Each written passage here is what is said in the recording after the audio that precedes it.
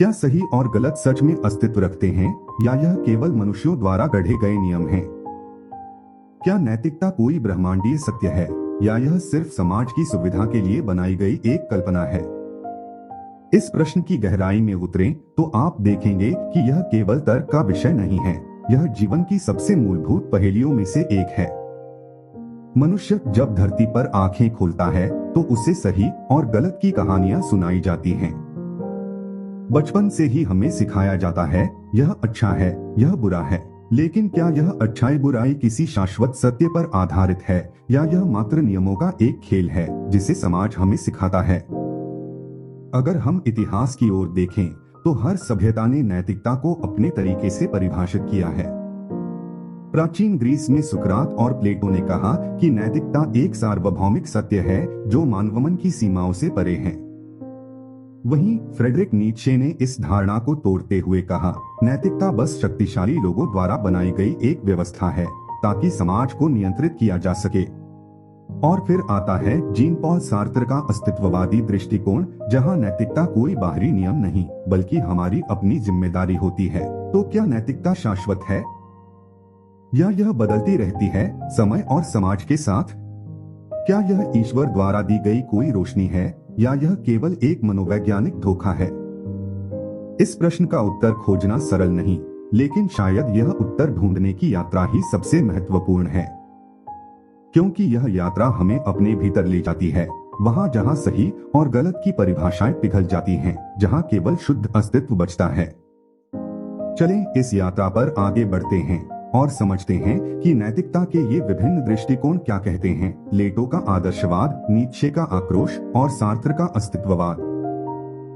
क्या नैतिकता मात्र एक सामाजिक नियम है या इसका अस्तित्व हमारे विचारों से परे भी है? प्लेटो कहते हैं, नैतिकता केवल मानवीय कल्पना नहीं बल्कि एक वस्तुनिष्ठ सत्य है। यह सत्य हमारे भौतिक संसार से परे एक शाश्वत और अपरिवर्तनीय रूप में मौजूद है। प्लेटो का रूप सिद्धांत, थ्योरी ऑफ फॉर्म्स, हमें बताता है कि हमारी दुनिया केवल एक छाया है, एक अपूर्ण प्रतिबिंब। सत्य, न्याय और अच्छाई जैसी चीजें केवल हमारे विचारों तक सीमित नहीं हैं, बल्कि वे एक उच्चतर यथार्थ में स्थित हैं, जिसे केवल बुद्धि और विवेक के माध्यम से जाना जा सकता है। जैसे गणित में 2+2 हमेशा 4 होगा, वैसे ही नैतिकता के भी अपने शाश्वत नियम हैं। प्लेटो हमें गुफा रूपक एलेगरी ऑफ द केव के माध्यम से समझाते हैं कि हम केवल अंधकार में परछाइयां देख रहे हैं, लेकिन वास्तविक नैतिक सत्य उससे परे हैं। एक ज्ञानी पुरुष जो इस गुफा से बाहर निकलकर प्रकाश में आता है, वह देख सकता है कि न्याय, प्रेम और अच्छाई मात्र सामाजिक धारणाएं नहीं बल्कि स्वयं में एक शाश्वत यथार्थ हैं। तो नैतिकता क्या है? प्लेटो के अनुसार यह कुछ ऐसा नहीं जो समाज बदलता रहे, बल्कि यह बुद्धि से खोजा जाने वाला एक सार्वभौमिक सत्य है। आज भी आधुनिक नैतिक दर्शन प्लेटो के इन विचारों से प्रेरणा लेता है। जब हम कहते हैं कि मानवाधिकारों का अस्तित्व हर व्यक्ति के लिए है, चाहे कोई समाज उसे माने या न माने, तब हम प्लेटो के ही नैतिक आदर्शों की गूंज सुन रहे होते हैं। न्याय, अच्छाई, करुणा, ये केवल समाज के बनाए नियम नहीं बल्कि शाश्वत सत्य हैं जो हमें अपनी आत्मा की गहराइयों में खोजने होते हैं। तो क्या नैतिकता किसी समाज द्वारा गढ़ी गई चीज है या यह शाश्वत सत्य है? प्लेटो हमें बुलाते हैं, अपनी बुद्धि से खोजो, सत्य तुम्हारी प्रतीक्षा कर रहा है। क्या नैतिकता वास्तव में एक शाश्वत सत्य है या यह केवल समाज की बनाई हुई एक बेड़ी है? फ्रेडरिक नीत्शे हमें चुनौती देते हैं, हमें उकसाते हैं, ईश्वर मर चुका है, लेकिन इस वाक्य के पीछे का अर्थ क्या है? यह केवल धर्म की मृत्यु की घोषणा नहीं बल्कि नैतिकता की पारंपरिक धारणाओं का अंत भी है। नीत्शे कहते हैं कि जो नैतिकता हमें सिखाई गई है वह एक स्लेव मोरालिटी है। वह नैतिकता जो डर से जन्मी है, जो हमें विनम्र बनाती है, जो हमें सिखाती है कि त्याग करना महान है, कि सहनशीलता पुण्य है। यह वही नैतिकता है जिसने शक्ति को, स्वतंत्रता को और आत्माभिव्यक्ति को पाप बना दिया। यह नैतिकता कमजोरों की है जो शक्तिशाली लोगों को नीचे गिराने के लिए बनाई गई है। इसके विपरीत नीत्शे मास्टर मोरालिटी की बात करते हैं। यह नैतिकता उन लोगों की है जो अपने जीवन के स्वामी हैं, जो अपने मूल्यों को स्वयं गढ़ते हैं। ये वे लोग हैं जो डर और पश्चाताप से मुक्त हैं, जो अपनी इच्छाओं और संभावनाओं को पूर्ण रूप से जीते हैं। लेकिन अगर ईश्वर मर चुका है, अगर नैतिकता कोई सार्वभौमिक सत्य नहीं है, तो अब क्या? यही वह क्षण है जिसे नीत्शे महान संकट कहते हैं। जब पुराने मूल्य गिरते हैं तो जीवन अर्थहीन लग सकता है, परंतु यह अवसर भी है नए मूल्यों को गढ़ने का अवसर। यहीं से जन्म होता है यूबरमेंश का, वह व्यक्ति जो अपनी नैतिकता स्वयं बनाता है, जो अपने नियम खुद तय करता है, जो जीवन को संपूर्णता में स्वीकार करता है। नीत्शे हमें पुकारते हैं, जो गिर रहा है उसे और धक्का दो।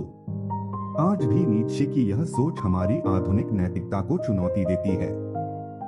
जब कोई कहता है कि वह अपने जीवन के नियम खुद बनाएगा, जब कोई पुरानी रूढ़ियों को तोड़कर अपनी सच्चाई खोजता है, तब नीत्शे की गूंज सुनाई देती है। तो अब सवाल यह है, क्या आप गुलाम नैतिकता में रहना चाहते हैं या अपने मूल्यों के निर्माता बनना चाहते हैं?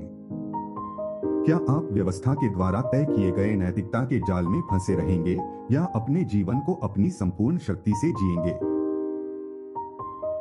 क्या नैतिकता बाहर से थोपे गए नियमों का एक जाल है या यह कुछ ऐसा है जिसे हम स्वयं करते हैं?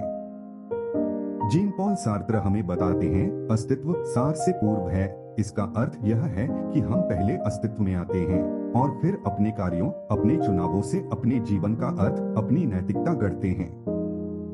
प्लेटो ने कहा था कि अच्छाई और बुराई के शाश्वत रूप मौजूद हैं। नीत्शे ने कहा था कि नैतिकता केवल शक्ति का खेल है। लेकिन सार्त्र कुछ और ही कहते हैं, कोई पूर्व निर्धारित नैतिकता नहीं है। हम स्वतंत्र हैं और इसी स्वतंत्रता के साथ नैतिकता का भार आता है। सोचिए, अगर ईश्वर नहीं है, अगर कोई सार्वभौमिक नैतिकता नहीं है, तो फिर कौन तय करेगा कि सही क्या है और गलत क्या? यही सार्त्र की चुनौती है, कोई और नहीं, केवल आप। जब हम कोई निर्णय लेते हैं तो केवल अपने लिए ही नहीं, पूरे मानवता के लिए एक उदाहरण स्थापित करते हैं। यही है उत्तरदायित्व का बोझ। यह बोझ भारी है। मनुष्य स्वतंत्र होने के लिए अभिशप्त है। हम अपनी हर पसंद के लिए पूरी तरह जिम्मेदार होते हैं। इसीलिए बहुत से लोग भागना चाहते हैं। वे कोई धार्मिक आदेश, कोई सामाजिक नियम, कोई गुरु ढूंढते हैं जो उन्हें बता दे कि सही क्या है और गलत क्या। लेकिन यह खुद को धोखा देना है। सार्त्र इसे बुरी आस्था कहते हैं, यानी अपनी स्वतंत्रता से भागने का प्रयास। लेकिन अगर हम इसे स्वीकार कर लें, अगर हम मान लें कि कोई पहले से बनी हुई नैतिकता नहीं है और हमें ही अपने मूल्यों को चुनना है, तब जीवन का एक नया आयाम खुल जाता है।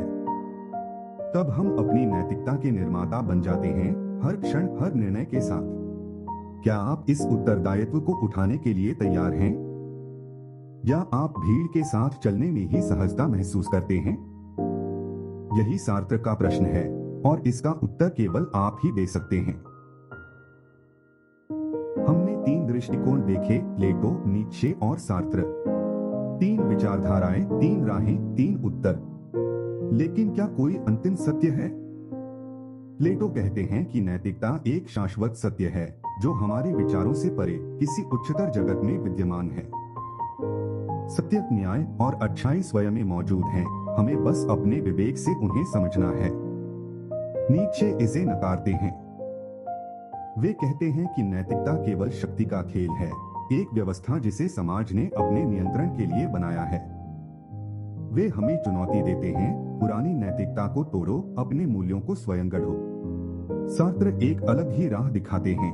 वे कहते हैं कि कोई पूर्व निर्धारित नैतिकता नहीं है, हर इंसान अपने चुनावों से अपनी नैतिकता बनाता है। यह स्वतंत्रता का बोझ है, लेकिन यही मानव होने की सच्चाई भी है। तो अब प्रश्न यह है, क्या नैतिकता कोई सार्वभौमिक सत्य है या यह समय, समाज और व्यक्ति के अनुसार बदलती रहती है?